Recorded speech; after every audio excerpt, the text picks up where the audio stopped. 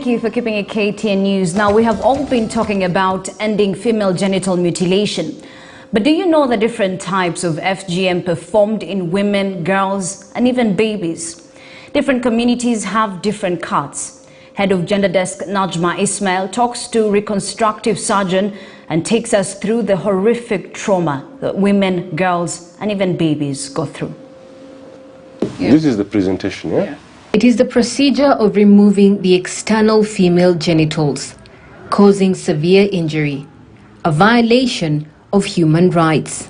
FGM has no health benefits whatsoever. What you're about to watch and hear is very disturbing. This is a 2-year-old child being held down by adults. They are cutting her genitalia with a traditional round black blade. The cries of the child are piercing. Some of those holding her down cannot bear to watch. This is in Mali, where this child is about to face a gross violation of her rights. Those who are supposed to be her protectors are the ones holding a sharpened butter knife against her. The baby cannot hold her urine due to the excruciating pain. This other child is next. She looks terrified and confused. As they remove her clothes, her eyes are fixated on the baby. 3 women pin her down. You can see the fear in her eyes.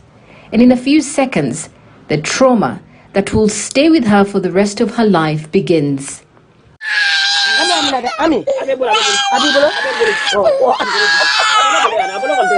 Many communities continue to fight this harmful practice, but there's still a long way to go to completely eradicate female genital mutilation. Tuko na shida sana kwa upande ya cross border FGM, yani wasichana kutoka Kenya wana cross kwenda Tanzania, ama wasichana kutoka Tanzania wana cross kuja Kenya ili kutoroka sheria.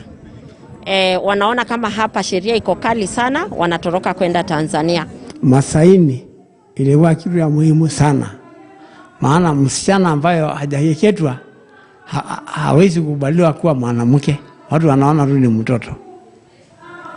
Lakini kwa ajili ya elimu na mabadiliko ya nchi na maendeleo, watu walikuja kuona ya kwamba hii ukeketaji haina faida.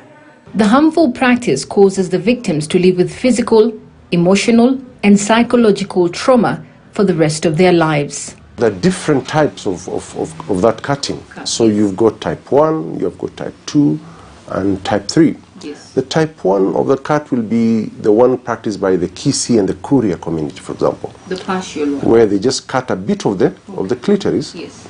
And probably stitch it or leave it, and they don't touch the other parts of the female genitalia. Yes. Then you've got type 2, which is cutting as much clitoris as they can, and also the lips, the so-called labias. Yes. And then you've got type 3, where they cut the entire clitoris, the entire lips, and they actually suture, they kind of stitch the birth canal. Yes. And leave a small pinhole opening for menstrual blood only.